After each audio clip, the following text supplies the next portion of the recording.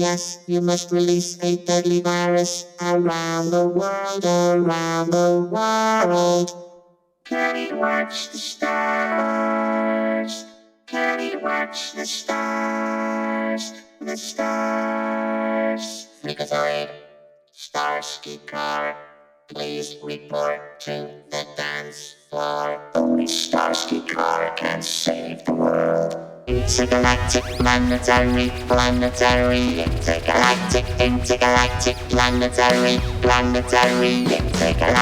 intergalactic, another dimension, another dimension, another dimension, another dimension. This is the absolutely marvellous Roland SVC-350 vocoder, which was almost responsible there for the destruction of the entire planet, but it did save the lovely Kelly. And it is by far my favourite hardware vocoder. I did do a little video a couple of years back now showing some sort of cheaper options on vocoders, things like the Digitech Torque, which was cheaper at the time. I think it's really expensive now. The Microkorg, this Roland Boutique, and the Zills Lab software version of the 330. And before anyone has a go at me for saying it's the best your money can buy, let me explain. It probably is. It probably is, unless you're a multi-millionaire Grammy award-winning producer or something. Arguably, it might not be the best money can buy, but it's definitely the best my money could buy, at least, because other high-end hardware versions are just so expensive or just really rare. There's the EMS 2000 and 3000, which you'll have difficulty tracking down. I've not seen one for sale for years, and when you do, they're hugely expensive. Here's a 2000 for around £5,000, and then there's the ludicrously expensive 3000 here at almost £20,000. There's always the newer option of the Moog 16-channel vocoder. Gorgeous as it is, it looks absolutely fabulous. It'll set you back over 5,000 as well. So when I say it's the best you can buy, it probably is, unless you're absolutely minted. Here's some for around the £1,500 mark, $1,300, $1,700, etc. So you can buy them and you don't have to sell your house. But I've not demoed this up until now, and the first time I tried one of these was back in the 90s, and me and my mate used to use them on these tracks as like a bit of a backing vocal effect. So you put a chord under a track or under a vocal, and the vocals play through the chord, and it just added a really nice sort of ethereal sort of feel to things. Didn't watch the world drift by in rain or shine. Watch people laugh and people cry through rain or shine. I know there's somewhere set tonight, rain or shine. As sure as you're beyond my mind, rain or shine. So I thought I'd give this a little bit of a run through. If you look at the front panel here, on the left hand side we've got some remote control options: a hold, vocoder or direct, and an ensemble mode. Then we've got the microphone input, and we've got XLR or jack plug, and then we've got an instrument or a guitar input as well. Guitar input has got additional harmonics, and the instrument input has a couple of different levels. In the center here, we've got what he calls the vocal character control. And I'm not sure if this is just an 11-band graphic EQ or if these are the vocoder bands. The manual itself just says the vocal character tonal controls. So maybe these are just an EQ. And we've got a balance between the direct mic and the vocoder. Overall volume, separate phones output, then outputs for a guitar amp or separate outputs for a vocal amp. And you can see it's a 19-inch rack mount unit, so everything is plugged in at the front, which is very handy. So let's take a listen to it, shall we? A, B, C, D, E, F, G, H, I, J, K, L, M, N, O, P. And that's really crisp and clear, isn't it? On a lot of other hardware ones that aren't analog, actually, you don't really get that clarity through there. They all sound a little bit muffled. The quick brown fox jumps over the lazy dog. And just adjusting the EQ a little bit. The quick brown fox jumps over the lazy dog. I'll just turn that reverb off for now. 1,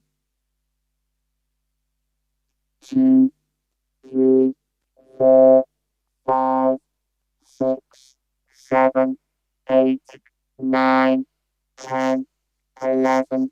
And it's got a really nice little crispy crackle on there. It's almost nasty, but not quite.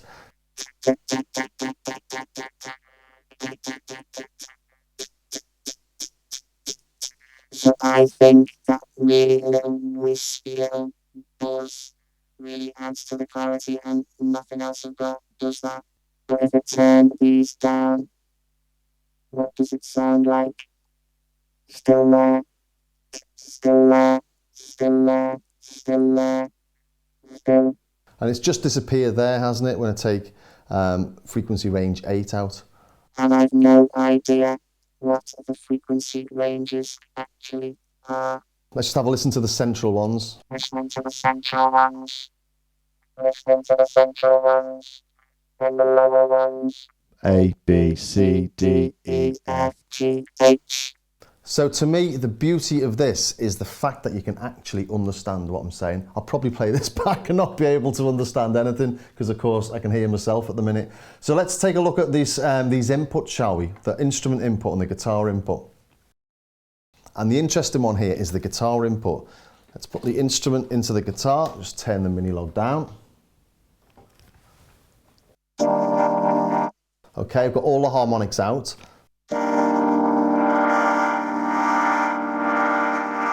And you can hear there, it's really adding something, that, isn't it?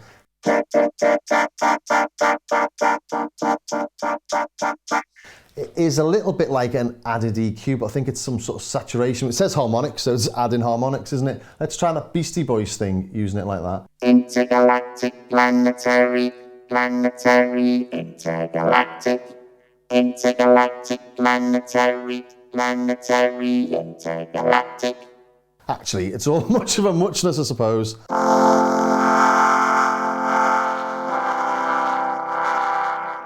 So a nice little touch, brings another tone to it, and I wonder whether in the 70s when this was first released, it really did add some clarity if you're trying to use it with a guitar live on stage. And over here as well, we've got a couple of other things. We've got this thing called hold, and this is really weird.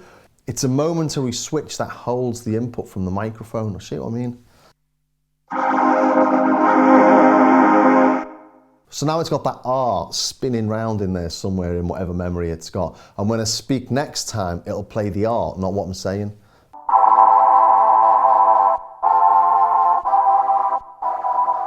And then if we look down here, we've got this ensemble effect, and we've just been listening to the ensemble. Take the reverb off again. This is the ensemble effect on. And then for a foot switch to turn it off. This is on. This is off. So this is really, really clear. This is really super clear, super clear.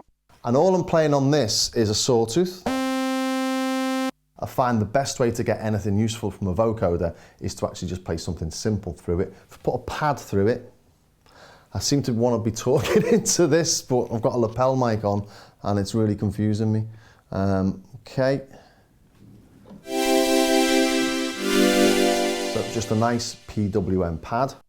PWM pad playing on the XT. So it's a really nice sounding little thing, isn't it? Down here we've got a guitar amp output and we've got these vocal amp outs. I've got two in there at the minute using the ensemble effect. I wonder if just one I can hear the ensemble. Vocoder with an ensemble effect. Playing something with a vocoder and then plugging something into the vocoder direct input.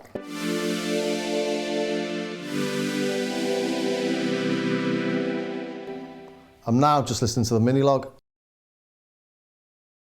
Moving over to the outputs then, we've got output level low, medium and high. We've got vocal amp outputs and they're just two separate outputs. I don't think there's any difference in them whatsoever. I don't think we're getting stereo. I think it's for if you've got a PA system and you need the vocals to go to both sides of the stage. Whereas a guitar amp, you're just going to have a single one there and it's going to be a lower level.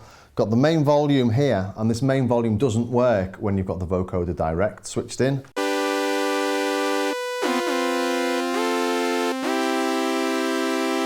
And that's about it really. It's quite an interesting bit of kit. It's really, really clear. The EQ section really does help to get things poking through in a mix, but does it sound anything like the vocoder VP03? I've only tried this morning. I was quite surprised actually. Let's try this one. The quick brown fox jumps over the lazy dog. That's much better than I was expecting. The quick brown fox jumped over the lazy dog. This is the old vocoder. This is the new vocoder. Yeah, that one's a bit brighter, isn't it? It's not a lot in it, considering the old ones are about £1,500 to buy, and the new ones are, I think, they're about £300. Don't know if you can still buy them now. Maybe this one sounds like I can hear myself a lot more. This one sounds like Battlestar Galactica. Not sure what this one sounds like. I'm going to have to listen back when I can't hear myself talking. Final thoughts then, the vintage one's got a lot more sizzle, but the boutique is a lot cheaper. So maybe I will sell the vintage one, but maybe not, because it is nice to have old vintage things because they don't really lose the value until they break, and I'm hoping this one doesn't. So I hope that was of some use to somebody somewhere. I very much doubt it. I think I'm probably the person that got the most use out of that. But I do have to say, with the boutique version, if you do want to use different sounds other than the sawtooth that it's got inside it, you do need to use the audio over USB, and I'm not sure if Roland are still upgrading the audio over USB. It's not class compliant, and somebody has mentioned in a couple of forums that some of the older boutiques are no longer supported for upgrades on the USB. They may still work, but they're not supported, so I don't know. It's a lot easier actually to do it on something where you just plug in the actual audio cable, isn't it? So just another little thing to note there. If you did like that, please think about subscribing, ring the bell so you don't miss any of the other videos, and maybe join me over on my Patreon page where I've got hours worth of tutorials, plus little extra bits and bobs. It just all helps the channel for the price of a coffee a month. And I will see you next time.